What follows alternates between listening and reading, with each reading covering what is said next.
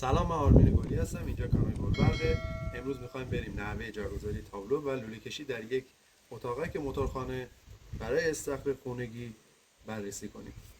بریم که ادامه داشته باشیم. خب امروز با نکات آموزشی راجع به جا زدن این نوع تابلو دانو آی پی 68 آی پی دار. اولین کاری که میکنیم یه عمقی رو میکنیم اندازه تا اینجاش. حالا میخوایم اینو تو کار بذاریم. اگر میخواید رو کار بذاریم که خب همینجا پیچ میکنیم که ما در این آموزش میخوایم تو کارش انجام بدیم. و بهترین جا برای نصبش ارتفاع از 1.20 به بالای. شما میتونید از 1.20 بگید چون خود ارتفاع تابلو هم 60 سانته و بیشتر از حد مجاز میره بالا. حالا میریم در ادامه با نحوه جا زدن و حالا چیزایی که میخواد برای جا زدنش رو بهتون نشون میدیم. اینجا مقدار چیکار میکنیم؟ گچ رو با سیمان قاطی میکنیم و حالا آن بکنیم.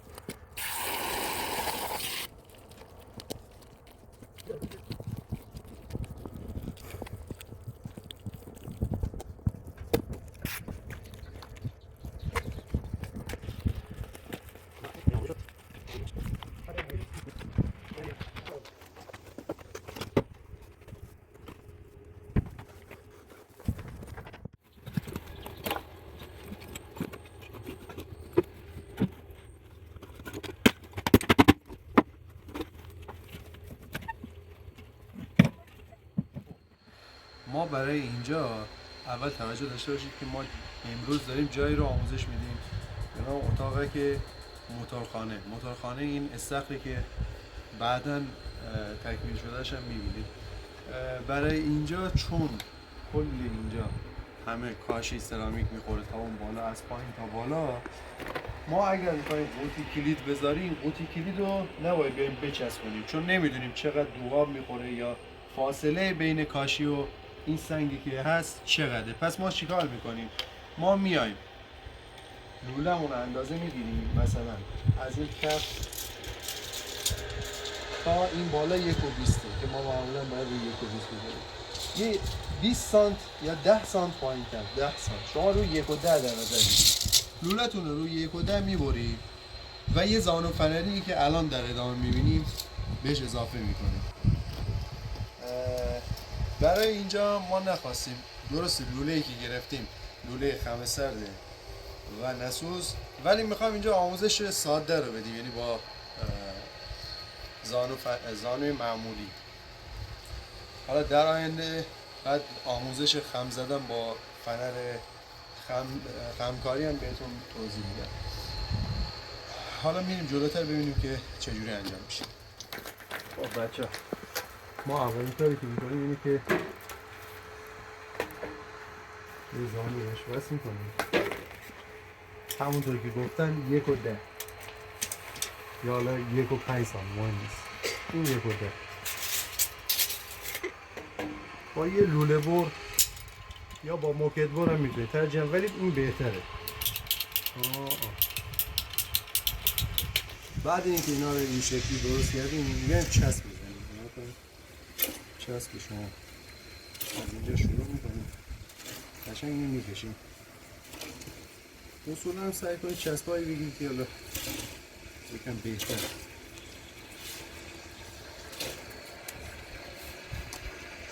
البته شما میتونید از چسب پولیتا به چیزهای دیگه استفاده کنید.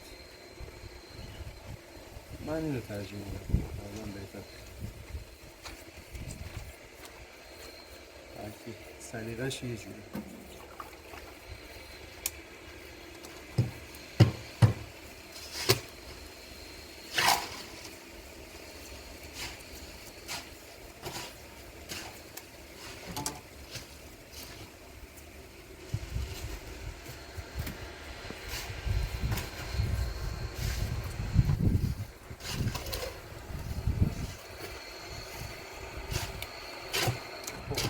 از اون چسبی که میگفتم شما میتونید یکم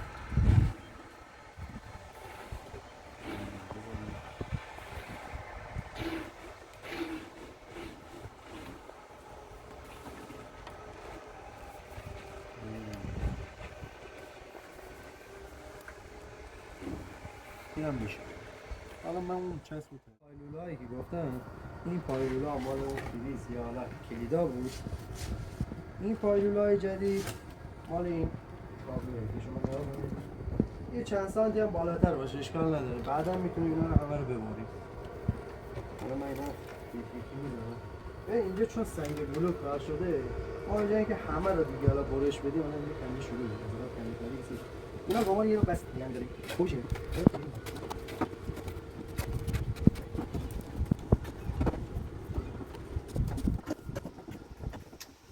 خب همونطور که تو بخش قبلی گفتیم ما این پایلولا رو به خاطر اینکه اینجا سرامیک میخوره و ما نمیدونیم چقدر عقب جلو میره، پس این قوطی ها رو نمیتونیم بیاریم اینجا بچسبونیم یا اینجا بذاریم یا جلوتر یا عقب‌تر.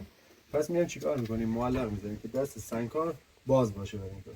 ما اینا رو تا این حد میگیریم، یه دونه از این زانو فنریا که ببینید انعطاف داره، خودش بوشن داره، میخوره داخلش. این که اومد اینجا شما اینو میندازید داخل این. حالا دیگه سنگکار اینو میتونه بیاره جلو، ببره عقب، بالا، پایین، هر جایی که خواست میتونه اینو درست کنه. پس چی شد؟ شما یه پایلوله درست میکنید یه 10 سانت پایینتر، چون خود این 30 سانته 40 سانته. میایین چیکار میکنید؟ اینو میذارید روش و اینو میذارید داخل این لوله که اینجوری نشه. ما میایم چیکار میکنیم؟ یه سوراخ میذاریم، یه سوراخ هم جایی که آن میره اینو یکم خم میکنیم. خب دو تا اینجوری خم، این میره این پشت، از این رو برمیگرده، یه دونه بس میزنیم، کارتون هم شیک میشه.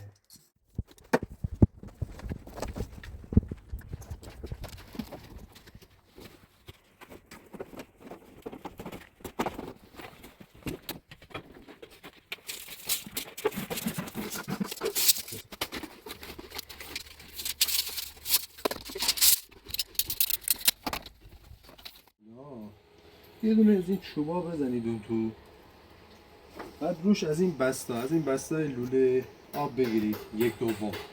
حالا اگه لوله‌تون 3/4 که 3/4 میگیرید. اینا اینجوری به هم کوبلن میشن. ببین این میره داخل این، یه فشار میره داخل و اینجوری کوبلن میشن. هم لوله‌تون نگه میداره، هم شکیل‌تر میشه.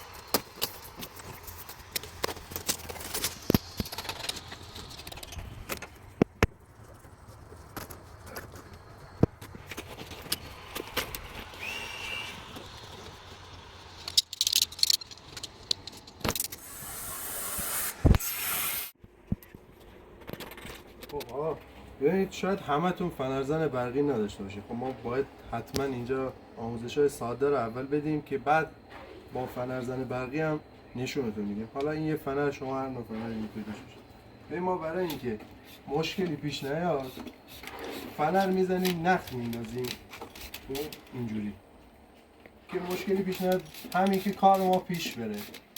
بعدها خواستیم بیایم انجام بدیم دیگه راحت بتونیم سیمو بکشیم ازش.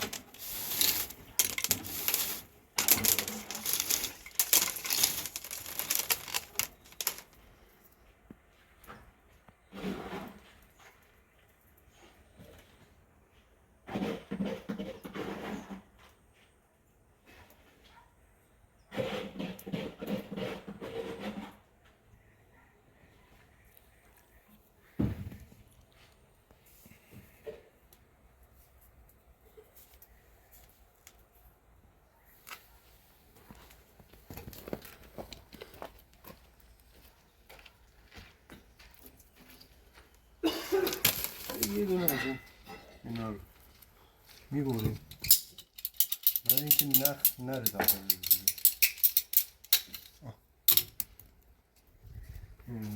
یه گره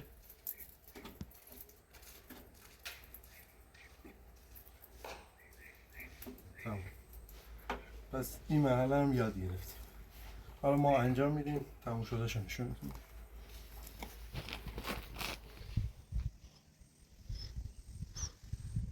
آخرین مرحله این ماهیچه کشیه روی لوله هاست.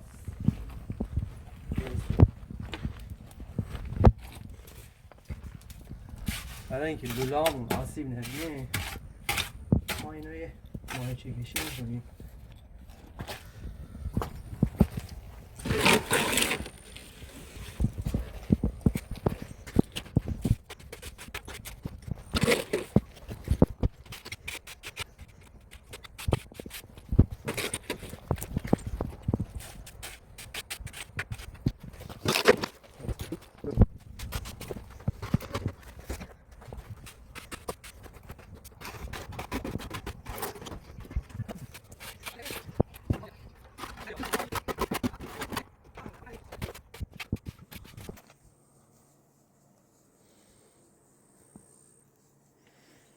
خب بچه ها کار ما اینجا تموم شد. یعنی ما میریم برای چند وقت بعد که اینجا کاشیکاریش انجام بشه و کارهای دیگه که بعد بیایم سیم بندازیم و وصل کردن کلید پریزا و اینجور چیزا.